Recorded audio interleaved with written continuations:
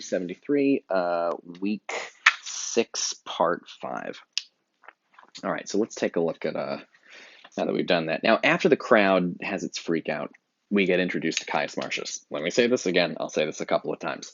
Caius Marcius is Coriolanus. His name is Caius Marcius for the first 2 acts of the play. Then he wins a big battle at Coriolis, and then they give him a new name to honor that accomplishment. And the new name they give him is Coriolanus. So and the thing the book changes. Like it literally goes Caius Marcius blah blah blah, Caius Marcius blah blah blah, and then it changes to Coriolanus blah blah blah, and you got to know what his name is. Caius Marcius shows up, and ooh boy, it's a hell of an introduction for a Shakespeare character, and this should tell you why the play is less popular. He starts by yelling at the crowd. He that will give words to thee will flatter beneath abhorring. Like anybody that would say something nice about you people is a liar. What would you have, you curs? That's like a dog. What would you have, you curs, that like not peace nor war? The one affrights you, the other makes you proud. Right? You're not happy anyway. Right? You're either full of yourselves if you're at peace, or you're scared by war. He that trusts you where he should find you lions finds you hares. Meaning, if they're like rabbits, in war, these poor people are useless because in war, people should act like lions, but these people act like scared rabbits and run away. In war, they should be like foxes, really smart, but they're geese, really stupid. You are no surer, no, than a coal of fire upon the ice or a hailstone in the sun, right? These are things that change because the heat melts the ice cools the fire and the heat melts the hail. Your virtue is to make him worthy whose offense subdues him, and curse the justice that did it. He's being sarcastic that they make bad people seem good. Who deserves greatness deserves your hate, because anybody who's a really great person, the crowd hates because they're jealous or whatever. And your affections are a sick man's appetite, who desires most that which would increase his evil. This is sick man's appetite. Think of like an alcoholic here. He says the things that all of you crazy, he's yelling at the crowd of poor people. And he says the things that you like are like an alcoholic wanting drink. You desire things that would increase your evil. So he says, you guys are idiots. Like he hates all the Caius Marcius Coriolanus hates the crowd because he says you're useless. He says during peacetime, you're so full of yourselves, and during wartime, you're all scared. You should be smart, and you're stupid. You should be brave, and you're cowardly. You love terrible people, and if anybody's great and does something really amazing, you hate them. He says you're constantly changing all the time, like a hailstone melting in the sun, and that you want things that are bad for you, like an alcoholic wants alcohol. In this case, they want power, and that will destroy them, he thinks. He that depends on your favors swims with fins of lead, meaning you're going to sink in the ocean, and hews down oaks with rushes, meaning it's like trying to attack a tree with a little stick. It's just useless. Hang you, trust you. Every minute you do change a mind and call him noble that was now your hate, him vile that was your garland. He says they're changeable. So they used to hate somebody and now they think is noble. Somebody that deserves praise, they hate him. His problem with the crowd is that they're fickle. They're constantly changing their mind. If you guys watch South Park, Coriolanus, and he's not really wrong about this exactly. He thinks that the crowd in the play Coriolanus, he thinks that this crowd is exactly the crowd in South Park. Rabble, rabble, rabble, rabble, rabble, rabble. They just constantly change their mind and are completely useless. And he's a soldier. So they're particularly useless for war because he thinks they're all cowards and idiots. This is the first thing we learn about the main character of the play is he fucking hates regular people. He thinks they're all fucking useless. He's so pissed at them. What's the matter that in these several places of the city you cry against the noble senate who under the gods keep you in awe, which else you would feed on one another? He says, you're lucky to have the nobility keeping law and order, otherwise you'd fucking eat each other. This is why Coriolanus is not a popular play.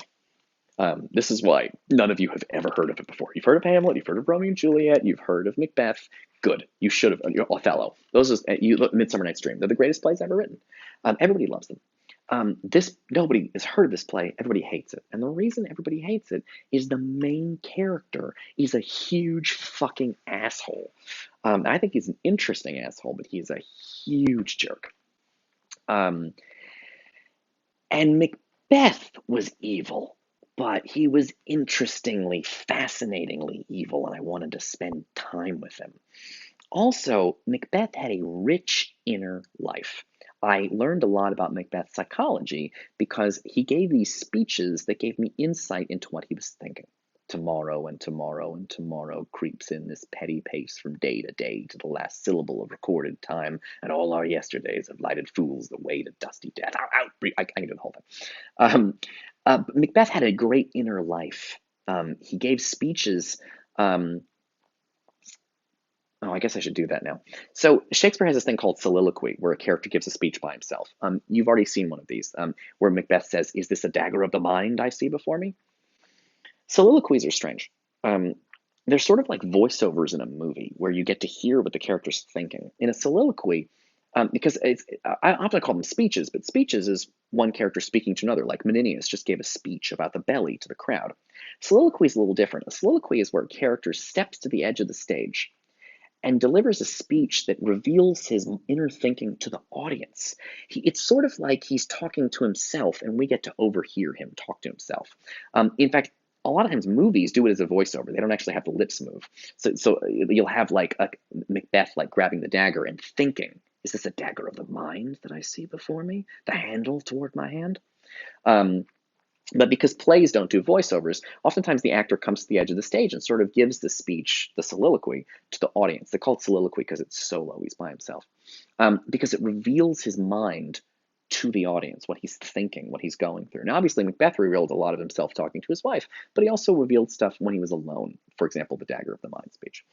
Um, Coriolanus doesn't do that. It's really like the only Shakespeare play where there are no soliloquies. He never reveals his mind to the audience. And in fact, I think there's something funny about that. He hates all the poor people in the crowd asking for food in ancient Rome, and he fucking hates them. Um, I think he would probably also hate us if we're in the audience of his play. And so, just as he's not going to have a nice talk where Hamlet, on the other hand, loves to have people listen to him, but Coriolanus hates poor people, and I think he wouldn't want to speak to the poor people in the audience of the play if he knew they were there. And obviously, he's a character in a play, and he doesn't know they're there. But I think that's part of what Shakespeare has done. He's an unlikable character because he fucking hates everyday people, and most people that read Shakespeare plays are regular everyday people and don't want to get hated on. Um, and also, he doesn't reveal his inner thoughts ever. I don't know how if he has inner thoughts. He's not really a thinker. Macbeth is a thinker. He's got a lot on his mind. Macbeth, things weighing on his mind that he needs to think about real hard. But Coriolanus is not a thinker. He's a man of action, and he doesn't have a lot of soliloquies to let the audience know what's going on in his brain. So these two things combine to create a character that basically everybody hates. Um, I think he's interesting. I understand why people hate him, but I have a weird affection for him, and I secretly think he's kind of a cool character. Um, and obviously, we just met him, and I'll talk about why as we go. But Ray Fiennes does a great job with Coriolanus in the movie, if you've seen it, and he really communicates something about why this character would matter. Um, okay, cool. This is pretty good. All right, good. Well, let me go see what we're gonna do next. hmm hmm Oh, you might want to write down on a piece of paper. Uh, there are three women in the play, and they have similar sounding names, and it's always confusing. It's Volumina is his mom, um, Virgilia is his wife, and Valeria is his mom's friend who's barely in the play. And I'll talk more about Valeria's role later when we get to the end of the thing. Okay. All right. I guess I'm done with this video. I'll pick it up in the next one. See you there.